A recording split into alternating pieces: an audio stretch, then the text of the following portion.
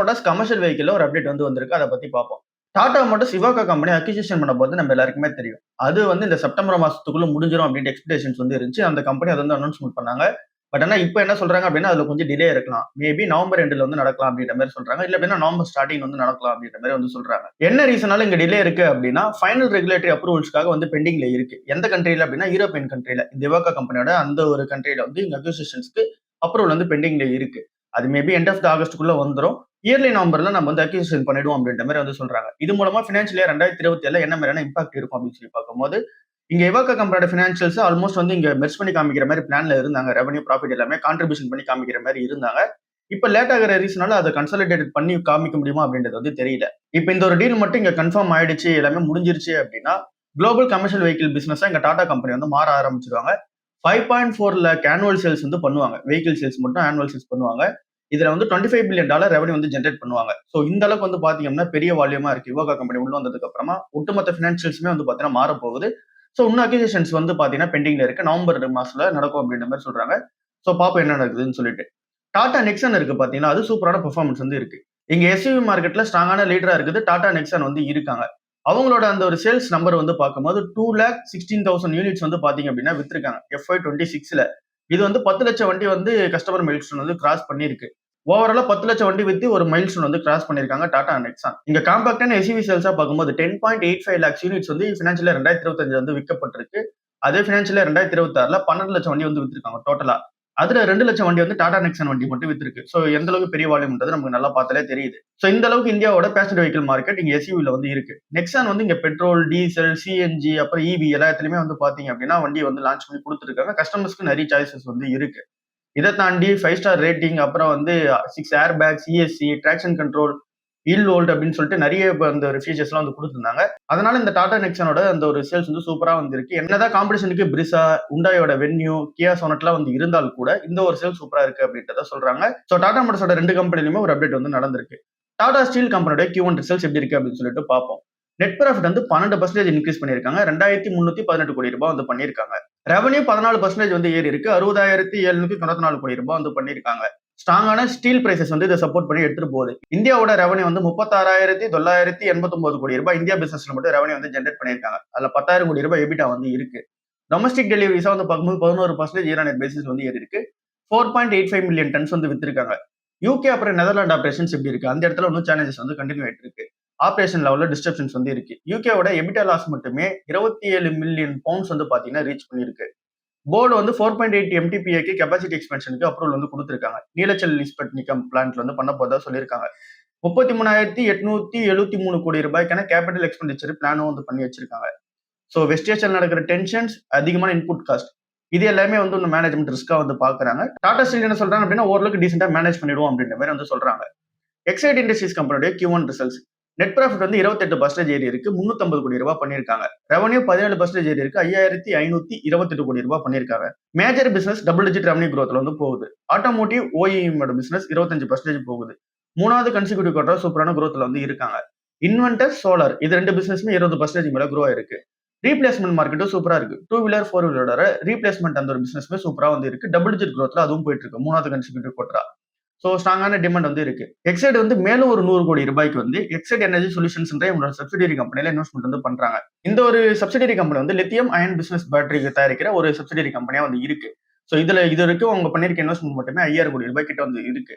So equity investment இன்னும் அதிகமா போயிட்டு இருக்கு. மேனேஜ்மெண்ட் என்ன சொல்றாங்க அப்படின்னா ஆப்பர்ச்சுனிட்டிஸ் நிறைய ஏரியால இருக்கு. இவி, ஆட்டோமேட்டிவ், சோலார், இன்வென்டர்ஸ், இண்டஸ்ட்ரியலோட யூபிஎஸ் இது எல்லாத்துலயுமே ஆப்பர்ச்சுனிட்டி இருக்கு. எக்ஸ்போர்ட் மார்க்கெட்ல ஆப்பர்ச்சுனிட்டிஸ் இருக்கு. அது எல்லாமே பயன்படுத்திக்க போறோம்னு சொல்றாங்க.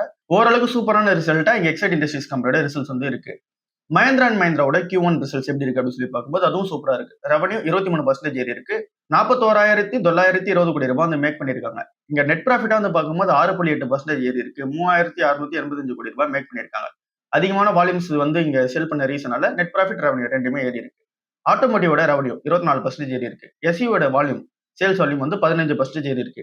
எஸ்யூவியோட ரெவன்யூ மார்க்கெட் ஷேர் 25% இம்ப்ரூவ்மெண்ட் நடந்திருக்கு. டிராக்டர் பிசினஸ் 19% ஏறி இருக்கு. 10,000 கோடி ரூபாய்க்கு மேல ரெவன்யூ இங்க மேக் பண்ணிருக்காங்க.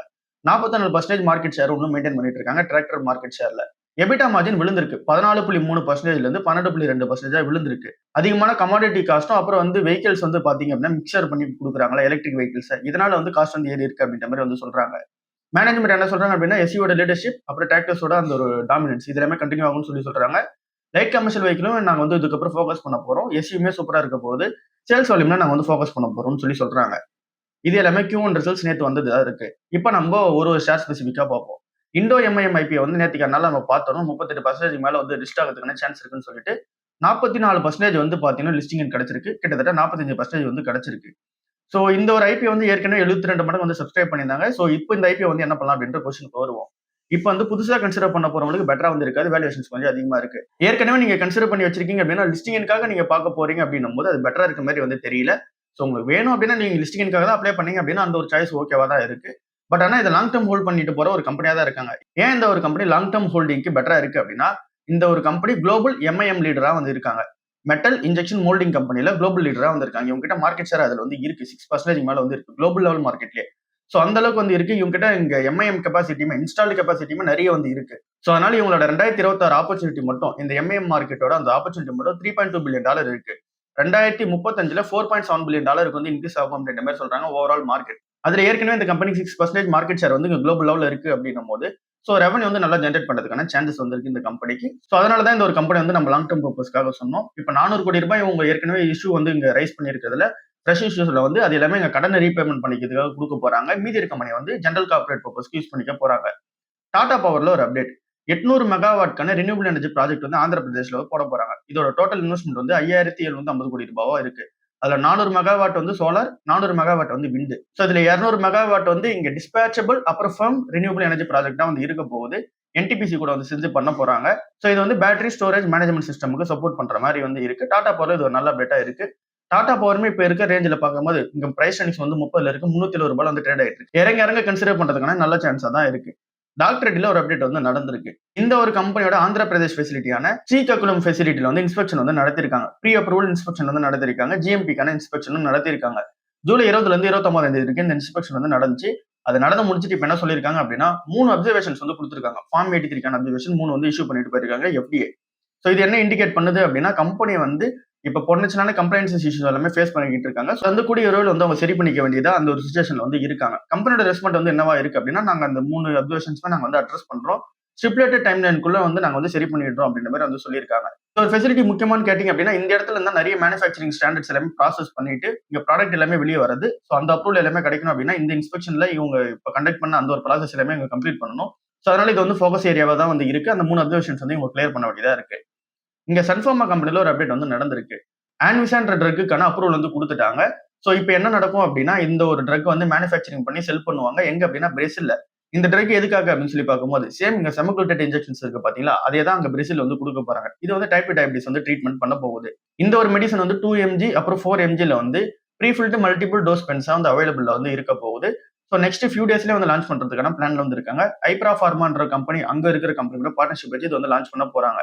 அங்க இப்ப இருக்க மார்க்கெட் இந்த ஒரு மார்க்கெட் பார்க்கும்போது $413 மில்லியன் மார்க்கெட் வந்து இருக்கு பிரேசில்ல செமக்ளூட்டேட் இன்ஜெக்ஷனுக்கு.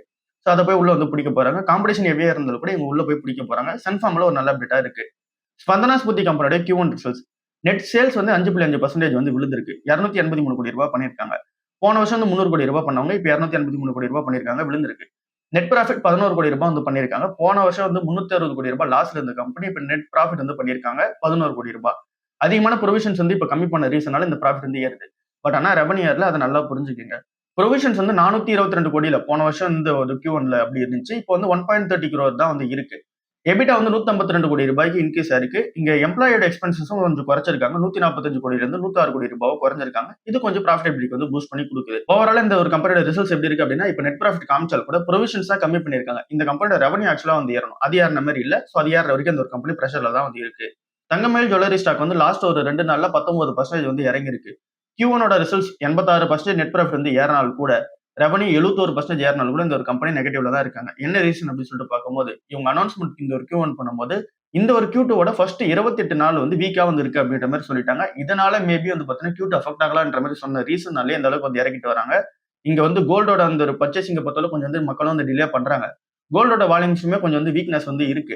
இது எல்லாமே இம்பாக்ட் பண்ணி இப்ப இந்த தங்கமயில் ஜுவல்லர்ஸ் ஷேரை வந்து பாத்தீங்கன்னா அடிச்சுக்கிட்டே இருக்காங்க. ஸோ இன்னும் அடிச்சு இறக்குனாங்க அப்படின்னா பெட்டரா இருக்கும் நம்ம கன்சிடர் பண்றதுக்கு இப்போதைக்கு காஸ்ட்லியா தான் வந்து இருக்கு. ஐடி கம்பெனிஸ் பத்தி நியூஸ் வந்து வந்திருக்கு. நிஃப்டி ஐடி வந்து பார்த்தோம் அப்படின்னா இந்த ஒரு ஜூலைல மட்டும் 19% வந்து ஏறி இருக்கு. இது லாஸ்ட் ஒரு 6 வருஷத்துல இல்லாத அளவுக்கு ஒரே மாசத்துல வந்து நிஃப்டி ஐடி வந்து ஏறி இருக்குது. இந்த ஒரு வேல்யூவா வந்து இருக்கு. 21% வந்து ஜூலை 1ல இருந்து இப்போ வரைக்கும் ரிகவரி வந்து இருக்கு. ஓவராலா வந்து பார்க்கும்போது 19% ரேலி ஆயிருக்கு. இங்க 2026 ஃபர்ஸ்ட் ஹாஃப்ல வந்து 31% நிஃப்டி ஐடி வந்து விழும்போது, இப்ப இந்த செகண்ட் ஹாஃப்ல வந்து நல்ல ரிகவரி வந்து இருக்கு. இது மேபி வேல்யூவேஷன் அட்ராக்ஷனால இருக்கலாம் அப்படின்ற மாதிரி வந்து சொல்றாங்க. 5 இயர்ஸ்க்கான மீடியன் பிரைஸ் ட்ரேடிங்ஸ் வந்து பார்க்கும்போது 27 வந்து இருக்கு. அப்படி இருக்கும்போது இப்போ 18 பிரைஸ் ட்ரேடிங்ஸ்ல தான் நிறைய கம்பெனிஸ் வந்து ட்ரேட் ஆயிட்டு இருக்கு. ஸோ அந்த ஒரு ரீசனால ஷார்ப்பான கரெக்ஷன்ஸ் எல்லாரும் யூஸ் பண்ணிட்டு பை பண்றாங்க அப்படின்ற கொஸ்டின் வந்து வருது. எக்ஸல் டெக், டெக் மஹேந்திரா, டிசிஎஸ் இது எல்லாமே 20% மேல ஏறி இருக்கு. இன்ஃபோசிஸ், விப்ரோ எல்லாமே 10% மேல வந்து ஏறி இருக்கு. ஏஐ வந்து பாத்தீங்கன்னா பயத்துல இருந்து இப்போ ஆப்பர்ச்சுனிட்டியா பார்க்க ஆரம்பிச்சிட்டாங்களா மக்கள் அப்படின்ற கொஸ்டினும் வந்து வருது. இன்வெஸ்டர்ஸ் எல்லாருமே இந்தியன் ஐடி கம்பெனிஸ் எல்லாமே ஏஐ வந்து அடாப்டேஷன் நடந்துட்டு அதுல வந்து பெனிஃபிட் பண்ணுவாங்க அப்படின்ட்டு எக்ஸ்பெக்டேஷன்ஸ்னால வைக்கிறாங்களா அப்படின்றது தெரியல. டிசிஎஸ் பொறுத்தவரை ரெவன்யூ வந்து பார்க்கும்போது ஏஐல சூப்பரா வந்து பண்றாங்க. இன்ஃபோசிஸ்மே சூப்பரா வந்து பண்றாங்க. 8.2% ஆஃப் அவங்களோட ரெவன்யூல ஏஐ பிசினஸ் வந்து கான்ட்ரிபியூட் பண்ணுது. எக்ஸல் டெக்குமே ஏஐ சர்வீசஸ் ரெவன்யூ வந்து 60% மேல வந்து பண்றாங்க. ஸோ இப்போ இருக்க கொஸ்டின் என்ன அப்படின்னா இப்போ ஜென்யூனான ஐடி ரிகவரி அது அப்படின்னு சொல்லி பார்க்கும்போது வேல்யூஷன்ஸ் கொஞ்சம் கம்மியா இருக்கு. ஸோ அந்த வேல்யூஷன்ஸ்க்கு மேட்ச் பண்ற மாதிரி இப்போ வந்து வாங்கிட்டு இருக்காங்க. ரெக்கவரி ஃபேஸ் இன்னும் வர ஆரம்பிக்கல அப்படின்ற மாதிரி வந்து சொல்றாங்க. இன்னைக்கான நல்ல வேர்ல்டு நியூஸ் எப்படி இருக்கு? ஈரான் வந்து யூஎஸ் பேசஸ் வந்து அடிச்சிட்டு இருக்காங்க. குவைத்லயும் ஜார்டன்லயும் வந்து பாத்தீங்கன்னா அடிச்சிட்டு இருக்காங்க. யூஎஸ் வந்து இவங்களோட ஐலாண்ட்ல வந்து பாத்தீங்கன்னா இங்க அடிச்சிட்டு இருக்காங்க. ஸோ 2 இடத்துலயுமே வந்து வார் சூழ்நிலை போயிட்டு தான் வந்திருக்கு. பிரெண்ட் கூடோட பிரைஸ் வந்து $90 பெர் பேரலுக்கு போயிட்டு இப்போ $88 பெர் பேரல் வந்து இங்க ட்ரேட் ஆயிட்டு இருக்கு.